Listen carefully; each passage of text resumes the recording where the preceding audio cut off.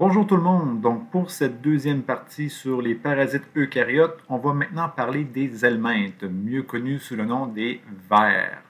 Donc oui, les vers ne sont pas si microscopiques que ça là, pour un cours de microbiologie, mais ils sont quand même considérés comme étant des micro-organismes. Donc on va aller voir leurs principales caractéristiques.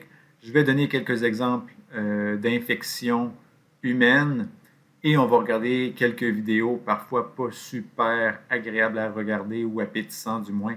Je crois, avoir beaucoup de plaisir. C'est parti. Donc, les helminthes, on va les séparer en deux grandes catégories, soit les platelminthes, les vers plats, qui eux-mêmes seront subdivisés là, en deux sous-groupes, soit les cestodes et les trématodes, et les nématodes, qui eux sont les vers ronds. Donc, platelminthe, je vais juste donner un exemple comme ça, le ver solitaire, même s'il est très très long, c'est un ver plat.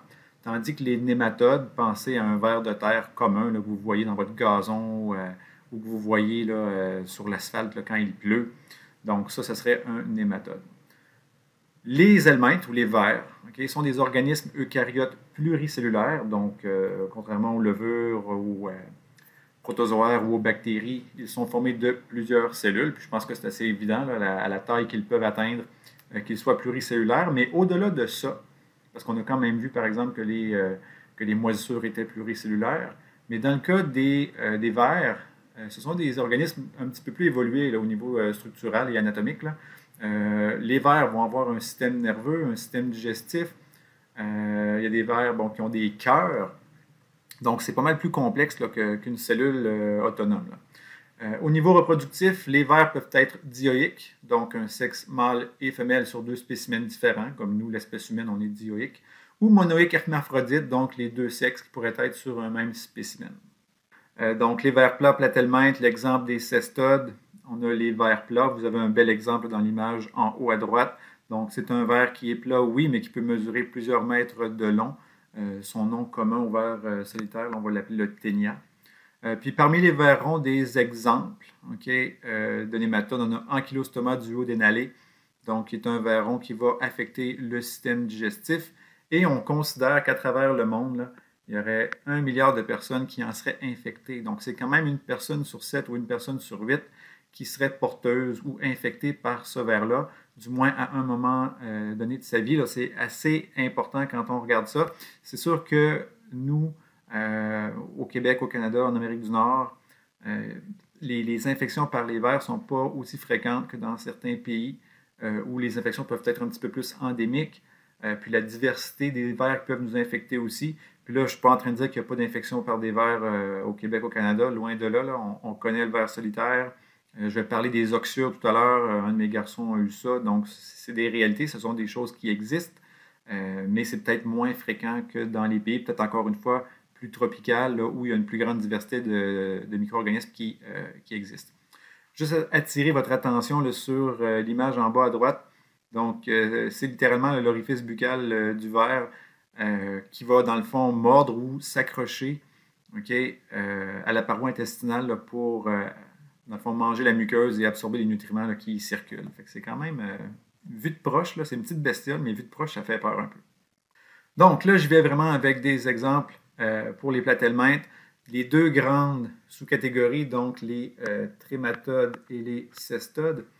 La différence, dans le fond, quand on parle d'un trématode, vous en avez un ici, là, c'est un ver, c'est un ver plat, mais qui n'est pas segmenté. Tandis que le cestode, donc par exemple le ver solitaire, on le voit ici en bas, donc c'est un ver qui va se segmenter.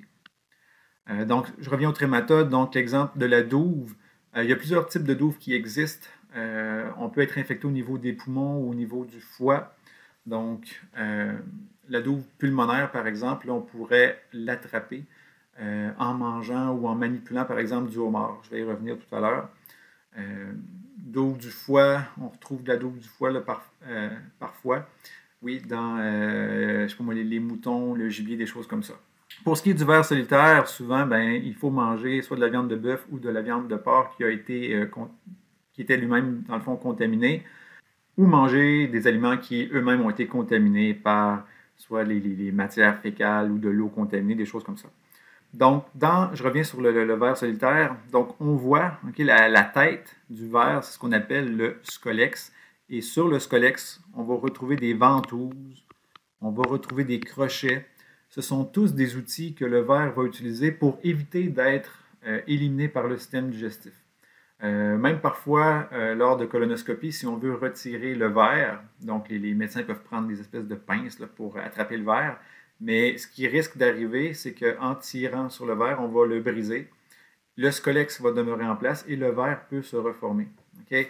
En fait, le ver solitaire, jusqu'à un certain point, là, il est fait pour, on va dire, se briser ou se segmenter parce que pour se reproduire, okay, on va voir là, dans les segments du ver qu'on appelle les proglottis, vous pouvez retenir ce terme-là. Donc, chaque petit segment que l'on voit, là, ce sont des proglottis. Donc, dans ces proglottis-là, on retrouve les cellules reproductives, mâles et femelles, on va retrouver, c'est là où, dans le fond, les œufs seront produits. Donc, ce qui arrive quand quelqu'un est infecté ou qu'un animal l'est, ces proglottis-là vont se détacher et vont être libérés par les selles. Donc, vont se retrouver dans l'environnement. Les œufs peuvent se retrouver dans le sol, dans l'eau, peu importe. Et si vous consommez par inadvertance le tout, bien, vous pourriez être infecté. Ça pourrait être la même chose, par exemple, si lors de l'abattage d'un porc, par exemple, il y a des matières fécales qui se retrouvent dans la viande, vous consommez cette viande-là, viande qui n'a pas été suffisamment cuite, eh bien, vous pourriez vous infecter comme ça aussi. Je vais vous montrer un petit vidéo. Donc ici, c'est une colonoscopie qui a été réalisée chez une personne, un individu. Donc on voit le ver, il est vivant, il bouge, puis il est, comme vous pouvez le voir, c'est quand même un ver plat. Les personnes, normalement, lorsqu'elles ont un ver solitaire, souvent elles sont asymptomatiques. Puis les seules façons de réaliser qu'elles ont une infection, c'est lorsqu'elles vont à la toilette, elles regardent, j'imagine, dans la toilette, et elles vont voir les proglottis, qui sont des petits segments blancs, sur leur selle. Donc, c'est comme ça que les personnes peuvent le savoir. Dans d'autres cas, il y a des personnes qui vont avoir des symptômes assez sévères, des crampes abdominales, perte de poids, anémie, etc. Donc, ça peut être la cause aussi. Mais quand on réalise que la personne a un ver solitaire, on va lui donner des médicaments. Ces médicaments-là vont souvent paralyser le ver et la personne va évacuer le ver en entier. Okay? Donc, je ne voudrais pas imaginer là, la scène d'évacuer un ver là, qui mesure quelques mètres de long, ça ne doit pas être le fun. Anecdote là-dessus aussi qui n'est peut-être pas le fun, c'est que si vous avez un ver solitaire et que vous appréciez prendre des bains chauds ou profiter d'une soirée dans le spa, le ver pourrait être attiré par la chaleur et tranquillement sortir de l'anus. Encore une fois, c'est peut-être pas une bonne idée d'aller tirer dessus, vous allez le briser, mais ça ne doit pas être le fun non plus d'apprendre comme ça okay, que vous avez un ver. Je reviens sur la douve. Donc, je l'ai mentionné il y a quelques instants là, que certaines douves peuvent être, dans le fond, peuvent être contaminées par ces douves-là en manipulant ou en mangeant du homard. Puis regardez le cycle vital de la douve. Je ne veux pas que vous appreniez ça, c'est pas important, mais juste comprendre la complexité. Là. Donc, une personne, par exemple, qui consommerait du homard qui n'est pas assez bien cuit ou qui le manipule pendant qu'il est encore vivant, puis il y a peut-être des œufs ou des larves sur les doigts, met ça dans sa bouche, est infecté. Donc, vous êtes infecté. Et ce qui arrive, c'est particulier là, au niveau de la douve, c'est que la douve, dans le fond, circule par votre sang, atteint les poumons, et c'est dans les poumons qu'elle va pondre ses œufs. Les œufs, donc, vont irriter vos poumons, donc vous allez avoir de la toux, vous allez tousser, et les œufs se ramassent dans votre bouche, et vous les avalez par la suite. Ces œufs-là vont atteindre votre tube digestif, vous allez les libérer avec vos excréments. Ça se retrouve dans l'eau. Ces larves-là, on va les appeler comme ça, là, ou les œufs des douves, vont être captés par un escargot.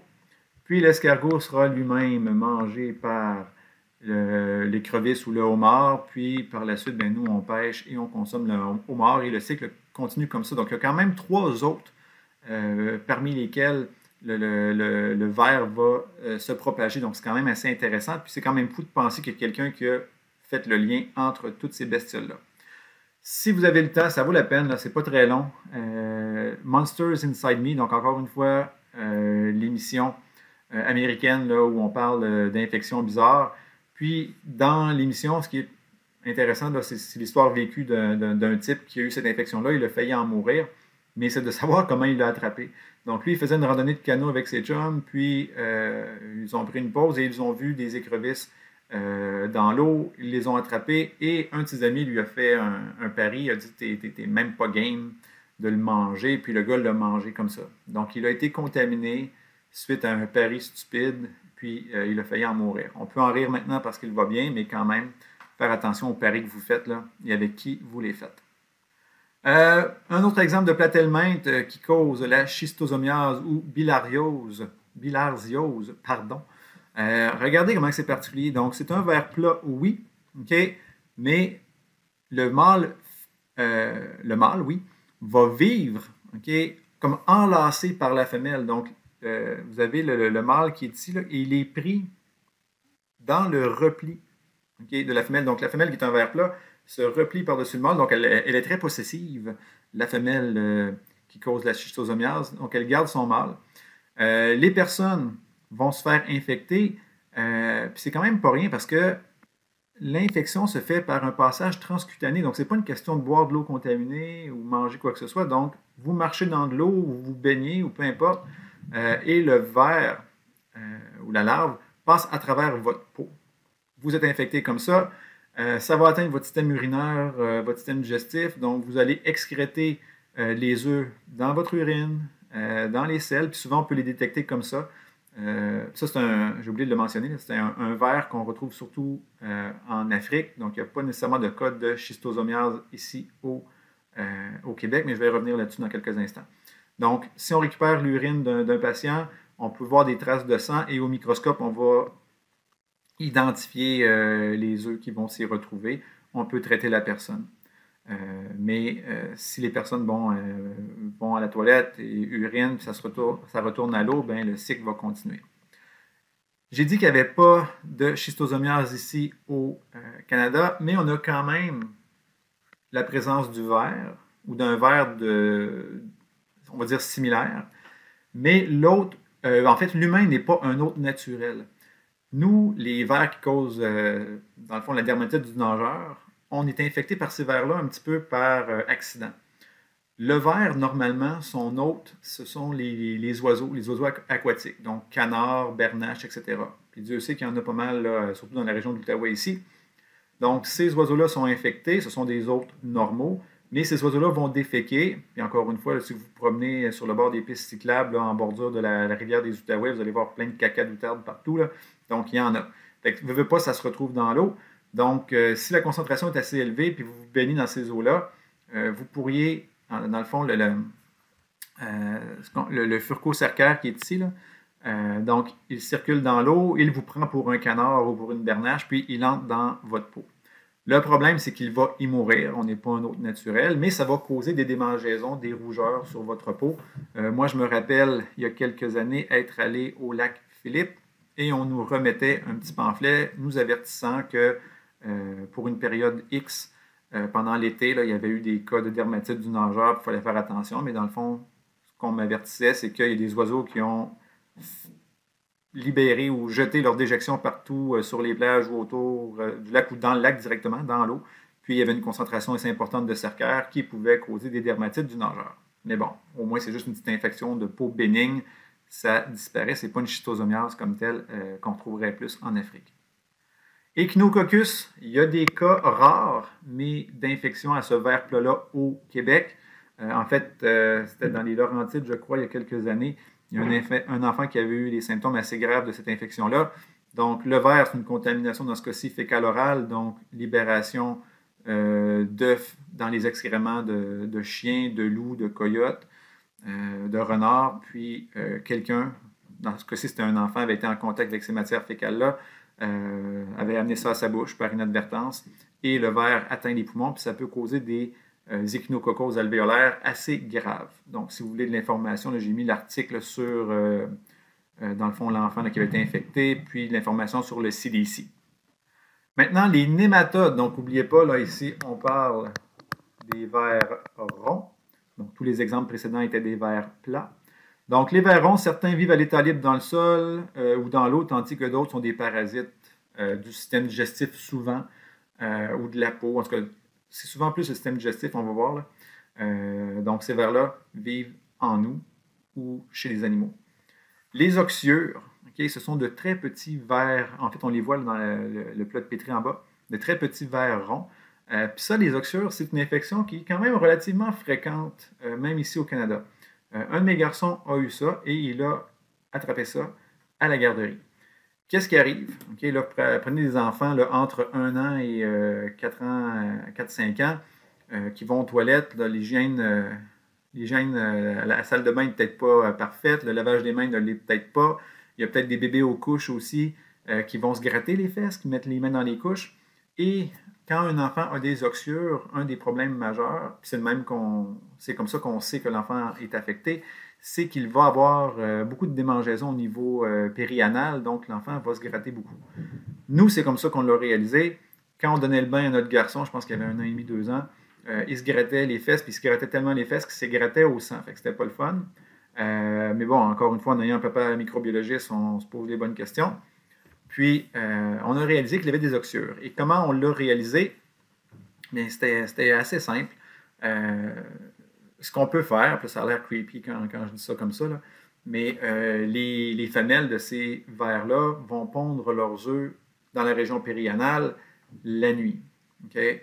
Donc, ce qui est simple et rapide à faire, c'est pendant que l'enfant dort la nuit, puis là, ça a l'air bizarre, là, dit comme ça, prenez-moi pas hors contexte.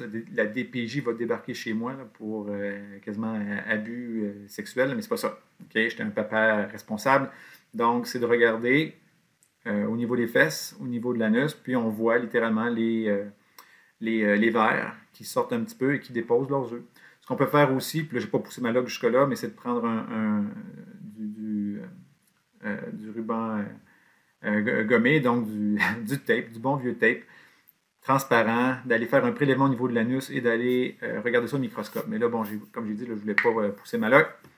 Mais c'est comme ça. Puis, qu'est-ce qu'on fait par la suite? Donc, on va à la pharmacie, on va voir le pharmacien, puis on demande du Combantrin, là, que c'est un médicament qui n'est pas sur les rayons, mais il est en libre vente là, si vous allez au comptoir des prescriptions.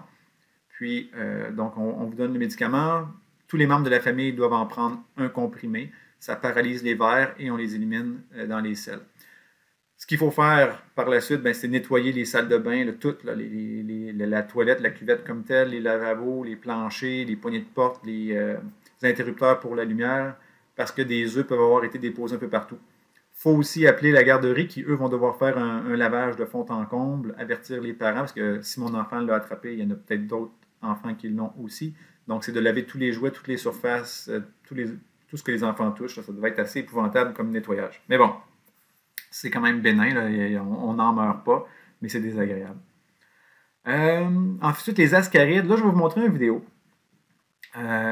qui n'est pas super le fun à regarder, mais si vous ne voulez pas le regarder, regardez-le pas. Dans le fond, en quoi ça consiste? C'est une personne qui avait une infection très importante causée par des ascarides. Ce sont des vers beaucoup plus gros que les oxyures. On s'entend là-dessus. Là. C'est tout sauf microscopique. Puis, il y avait tellement de vers que ça bouchait son intestin. Donc, on ne pouvait pas juste donner un médicament parce que les vers, ils seraient morts, puis ça aurait bouché l'intestin, puis ça aurait pu mettre la vie de la personne en danger.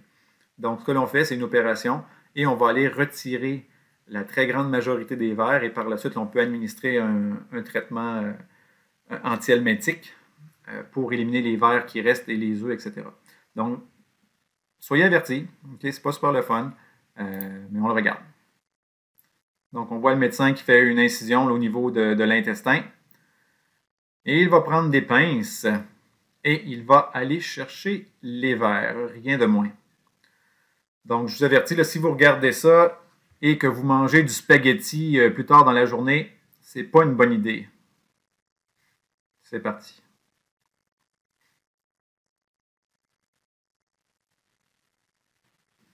Voilà. Donc, comme je disais, c'est pas microscopique, c'est plusieurs dizaines de centimètres de long et il y en a beaucoup.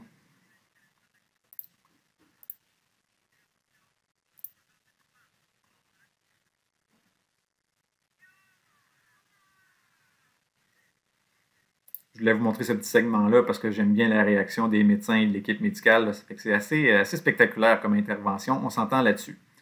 Fait que vous pourrez le regarder à tout loisir là, si vous voulez continuer à en voir plus. Moi, je vais arrêter là-dessus.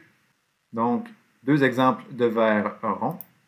Autre exemple ici, okay, sigmoïdoscopie chez un enfant de 8 ans qui souffrait depuis 3 mois de diarrhée et d'anémie. On se demandait ce qu'il avait.